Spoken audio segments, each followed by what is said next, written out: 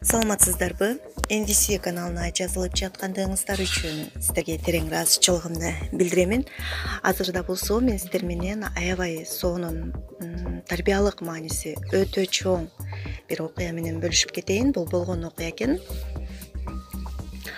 Жаш кезимде эле аялымды боюна болтуруп коюп үйлөндүм. Ал эле жаштыкка, оюнга той элек кезим. Иштеп аялымды, баламды багам деп умтулбайт элем. Байкуш ата-энеме эле кыйын болгон экен. Үйгө келбей, достор менен ар жерде түнөп, башка кыздар менен көңүл ачып, үй бүлөм бар экенин унутуп коюп жүргөм.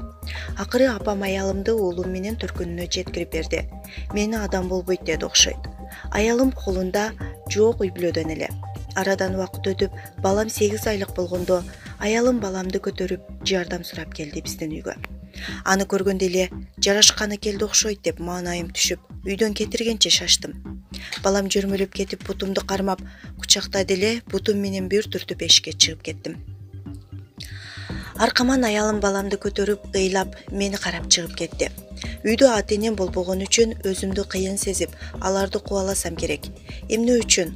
Кайсы кылган күнөөсү үчүн аялыма мындай мамиле кылып жүрдүм? Азыркыга чейин түшүнбөй келем. Окууну бүтүп, жумушка орноштум. Бир кызды сүйүп жүрүп ага үйлөндүм. Эми үй бүлө деген түшүнүк пайда боло баштады менде. Канча аракет кылсак дагы балалуу боло албай койдук. Анда да күнөө аялымда деп аны күнөөлөп жүрдүм. Уруш көбөйдү, иче баштадым. Акыры кол көтөрүп, көкала кылып урганга чейин бардым. Аялым көпкө чыдаган жок, ажырашып тындык. Билинбегени менен 4 жыл жашап койгон экенбиз. Кайра эле бойдокчулук. Ажырашканыма 1 жыл боло электе бир кызы бар келинге үйлөнүп алдым. Тилекке каршы ал менен да балалуу болбодум. Врачтарга кайра көрүнгөнгө эркектик намысым жол бербейт. Ал аялыма да жооп бердим. Ошентип 2 жылдай жалгыз жүрүп, дагы бир келинге үйлөндүм. Жок, дагы деле жок, балалуу болбодум.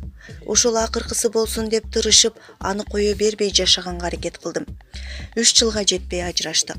Көп ойлонуп, жүрөгүм кысылып, биринчи аялымды, уулумду эстеп көргүм келип, аларды издегендин аракетин көрө баштадым.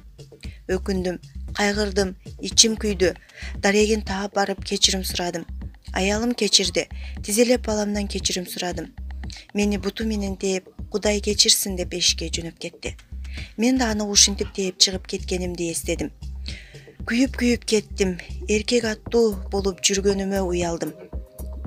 Жерден башымды көтөрө алгыс болдум. Убалына калган экенмин балам деп көзүмдөн жаш таракты. Ошол бойдон баламды көргөн жокмун. Кечирбей койду. Үйгө да жолобо деп мени келтиртпей койду. Өжөрлүгү мени тартканго деп коем ичимен. Азыр 55 жаштамын. Эч кимим жок. Жалгызмын, алсызмын.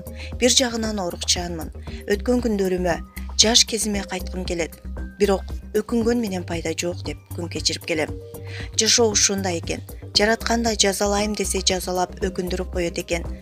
Тагдырым кандай болсо ошондой кабыл алдым. Андан башка арыган барбы? Достор, окуп бүткөн соң класс басып коюңуздар, башкаларга да окуп түшүнүк алсын. Чоң рахмат. Бул окуя кыргызча реал окуялар группасынан алынды. Көңүл бурганыңыздар үчүн чоң рахмат.